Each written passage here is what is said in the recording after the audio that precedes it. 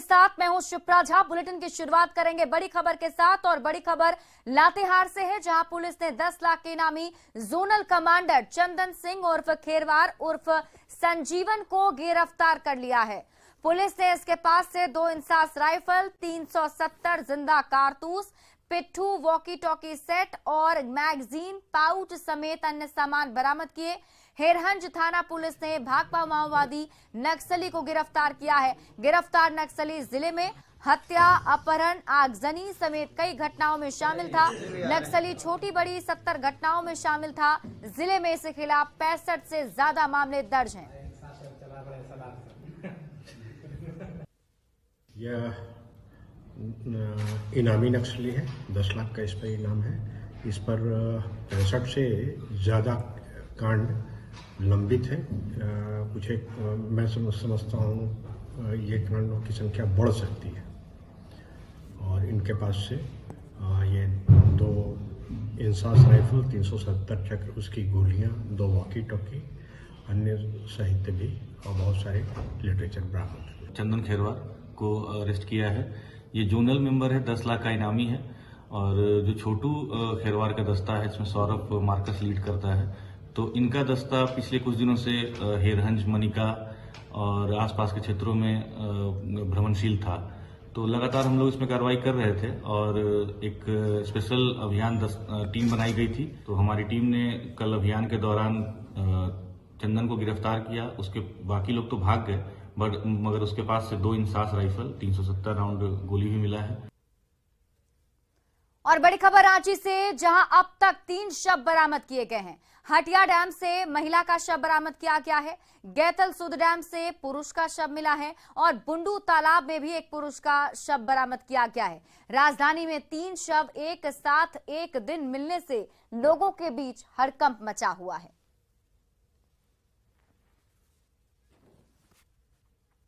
खबर गिरिडीह से है, जहां ईंट भट्टा के पास 2 मजदूरों का शत विशत अवस्था में शव मिला।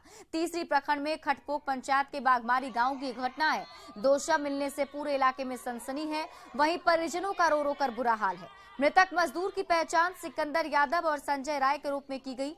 इन दोनों के शरीर पर जख्म के गहरे निशान और नाक से खून आ रहा है। मृतक के परिजनों ने हत्या की आशंका जताई है। घटना की सूचना पाकर तीसरी थाना की पुलिस ने मौके पर पहुंचकर दोनों शवों को अपने कब्जे में ले लिया और आगे की कार्रवाई में जुट गई है। अब एकरन पकड़बै हम आ हमर डेरा या मार दल छै की कहै छै तब हम खा पकड़बै हम गरीब दुखिया का मार खा लिया। तो आपको सूचना कब मिला कि इस तरह हुआ है सर? ठीक है। तो हमारा पता कैसे चल रहा कि कब पता चल रहा? अब कैसा क्यों बोला हम जंगल का जत हम जंगल करे आदमी कहै तो वहां से धौरा ले जबर तो डेरा पर वहां के घेरा भटवा पर पता नहीं है। ऐसे हम लोग संगे खाए पिए हैं। उसके बाद हम 5 साधु थे यहाँ और हम लोग सो गए हैं। भट्टा के साथ सो गए हैं और ये दोनों वहाँ से निकल गया। अब फिर सुबह देखे हैं सुतल है। इसे पीठ में मारपीट किया गया, पीठ में दाग है। ये तो हमारा पता नहीं है भैया, ये कहाँ पे पिया दारू से हम लोग वो भी पता नहीं है। ये भट्टा किसका है? मेरा है।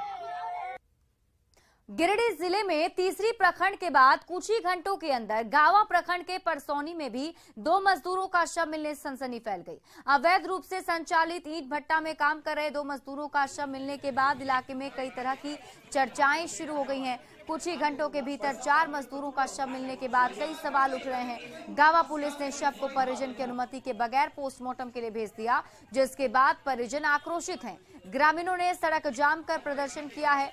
मृतक मजदूरों की पहचान हरला निवासी संजय राजवंशी और जमदार निवासी सुरेश मुर्मू के रूप में की गई।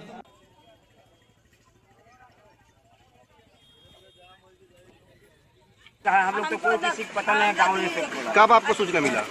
सूचना कुछ नहीं मिला। हम लोग गाँव वालों ने बोला कि ऐसा सब बात हो गया। हम लोग का कोई मालूम की सूचना नहीं। कहाँ किसका भट्टा में काम करता था? संजय यादव के यहाँ। हम लोग पोस्टमार्टम से भेजने के पहले भी आपको नहीं दिखाया ला? परसौनी में। और कहाँ काम करता था? परसौनी। ईंट भट्टा में काम करता था। और सूचना कब मिला आप लोग को? अभी मिला। प्रशासन फोन नहीं किया था आप लोग को? कोई नहीं जाना। आप लोग क्या लग रहा है कि आपको बेटा को कोई मार दिया है या फिर खुद से मर गया है? पलामू टाइगर रिजर्व में लंबे समय के बाद एक बार फिर से बाघ दिखा है। टाइगर रिजर्व के कुटकू रेंज क्षेत्र में ट्रैप कैमरे में बाघ की तस्वीर कैद हुई है। पीटीआर के डायरेक्टर कुमार आशुतोष ने इसकी जानकारी दी। दरअसल गढ़वा भंडरिया क्षेत्र से पलामू टाइगर रिजर्व में बाघ आने की खबर फैल रही थी। उसी आधार पर पलामू टाइगर रिजर्व के कई इलाके में लगे ट्रैप कैमरे पर प्रोजेक्ट के अधिकारियों की नजर थी। वहीं तस्वीर के साथ ही ट्रैकर से बाघ के पग मार्क भी मिले, साथ ही बाघ के शिकार के अवशेष भी बरामद किए गए। आपको बता दें कि आखिरी बार साल 2019-20 में बेतला नेशनल पार्क में एक मृत बाघिन का शव मिला था। अब बाघ दिखने से पीटीआर के अधिकारी उत्साहित दिख रहे हैं।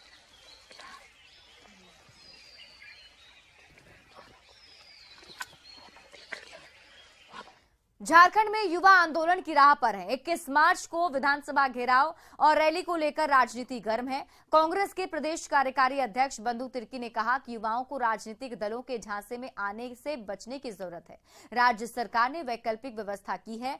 वैसे युवा जिनकी उम्र अगले कुछ महीने में खत्म होने वाली है, नियुक्ति प्रक्रिया आरंभ होने से ऐसे युवाओं की नौकरी में मौका मिलेगा। जहां तक 1932 खतियान का सवाल है, तो राज्य सरकार अपने वायदे पर कायम है। सरकार उस दिशा में आगे बढ़ रही है। स्वाभाविक है कि लंबे समय से नियुक्ति की प्रक्रिया आरंभ नहीं होने के कारण थोड़ा निराश तो हैं और कुछ दिग्भ्रमित भी हैं। ये जो सरकार के द्वारा ये वैकल्पिक व्यवस्था की गई है और एज में भी रिलैक्सेशन इनको दिया गया है, एज रिलैक्सेशन में मिलेगा और ऐसे में वैकल्पिक व्यवस्था जब किया गया है तो इससे नियुक्ति की प्रक्रिया आरंभ हो जाएगी। मेरा आग्रह होगा उन लोगों से कि किसी का झांसे में ना आवे, ये नियुक्ति की प्रक्रिया को आरंभ होने दीजिए। ये जो नीति बना है ये इसके लिए परफेक्ट और इसके लिए लाभदायक होगा इनके लिए। खबर देवघर से है, जहां पुरोहितों का 5वें दिन भी आमरण अनशन जारी है। पंडा धर्म रक्षिणी के सभा के महामंत्री कार्तिक नाथ ठाकुर के नेतृत्व में अनशन जारी है। अनशन के 5वें दिन कार्तिक नाथ ठाकुर के आह्वान पर देवघर बंद दिखा। कार्तिक नाथ ठाकुर का दावा है कि ये उनकी पुश्तैनी जमीन है और इसी जमीन पर वे अधिकार की मांग कर रहे हैं। आरोप है कि अधिकारियों की मनमानी और भूमाफिया की साठगांठ से लखराज जमीन की रजिस्ट्री बंद की गई है। चुनाव के दौरान सीएम ने पुरोहितों को लखराज जमीन की रजिस्ट्री शुरू करने का भरोसा दिया था, लेकिन अब तक कोई फैसला नहीं हो सका है। महामंत्री के मुताबिक जल्द फैसला नहीं लेने पर कल से मंदिर में प्रशासनिक अधिकारियों को सहयोग बंद कर दिया जाएगा।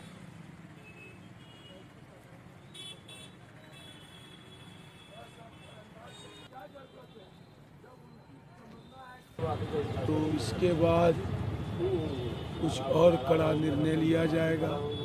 जैसे कल से बाबा बैद्यनाथ मंदिर में किसी भी प्रशासनिक पदाधिकारी का प्रशासनिक कार्यों के लिए प्रवेश निषेध होगा, लेकिन मंदिर के जितने भी बाकी कर्मचारी हैं वो लोग कोई मंदिर में प्रशासनिक संबंधित काम नहीं समर्थन कर रहे हैं। जितने व्यवसायी लोग हैं पूर्ण समर्थन कर रहे हैं। इसमें सिंगल किसी का नहीं है, सबों का है। ये लखराज जमीन का मामला पूरा देवघर का है। बहुत ही सही है, इसमें हम लोग सब इनका साथ हैं। आदिवासी बहुल जिला सिमडेगा के गांव में छुपी खेल प्रतिभा अब और निखर कर सामने आएगी, जिसे और बड़े मंच पर लाने की तैयारी की जा रही है। सिमडेगा में आज सांसद खेल महोत्सव की शुरुआत ठेठई टांगर प्रखंड से की गई। केंद्रीय जनजातीय मामलों के मंत्री अर्जुन मुंडा ने इसका उद्घाटन किया। इस मौके पर उन्होंने खिलाड़ियों को संबोधित करते हुए दावा किया कि केंद्र सरकार खेल को आगे बढ़ाने में कोई कसर नहीं छोड़ेगी। उन्होंने उम्मीद जताई कि खेल महोत्सव के जरिए खिलाड़ी उभर कर ओलंपिक तक जाएंगे। उन्होंने कहा कि जब गांव की प्रतिभा सामने आएगी तभी भारत चमकेगा।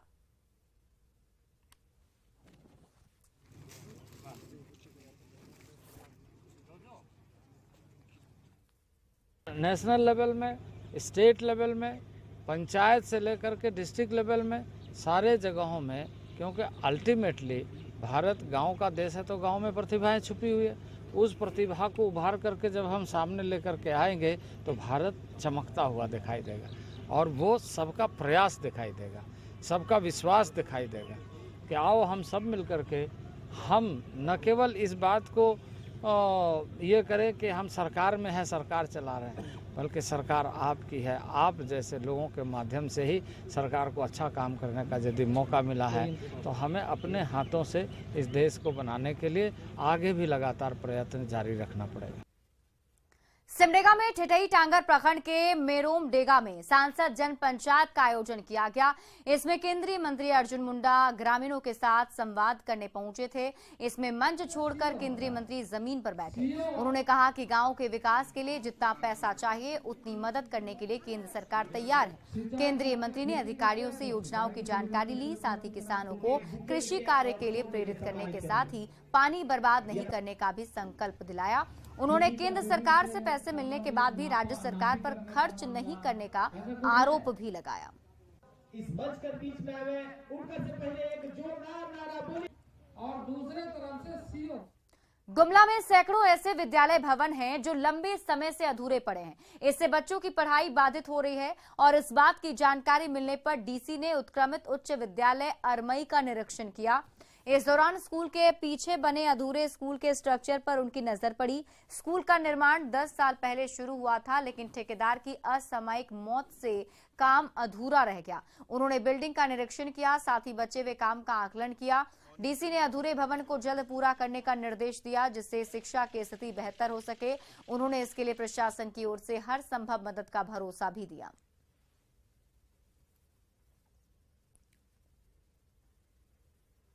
पूर्ण संस्थानों में से एक शिक्षा की जो है वो अरमई में हमारे हाई स्कूल इस पूरे क्षेत्र के बच्चों को यहाँ पर जो है शिक्षा प्रदान की जाती है।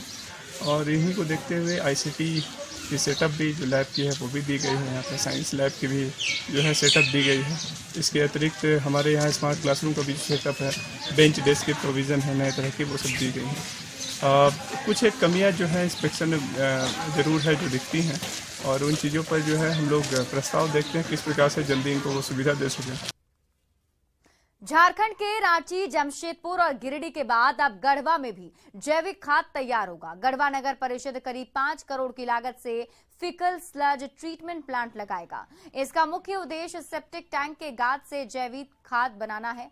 इसके लिए 2000 वर्ग मीटर की जमीन को नगर परिषद ने सोनपुरवा में खोज लिया है। इसके लिए टेंडर निकाला गया था, लेकिन किसी ने इसमें रुचि नहीं दिखाई, जिसके बाद दूसरी बार टेंडर निकालने की तैयारी की जा रही है। कार्यपालक पदाधिकारी ने बताया कि इस ट्रीटमेंट प्लांट के लग जाने से बहुत राहत होगी। वहीं नगर परिषद को जैविक खाद के जरिए राजस्व भी मिलेगा। खुले में जो हम लोगों का अभी जो सेप्टिक टैंक जो होता है उसको साफ करते हैं, और साफ करने के बाद हम लोग कहीं गड्ढा खन करके गिरा देते हैं, भर देते हैं। तो उसका प्रॉपर प्लांट के द्वारा ट्रीटमेंट किया जाएगा, जिसमें नाइट्रोजन और फास्फोरस दोनों खाद बनेगा।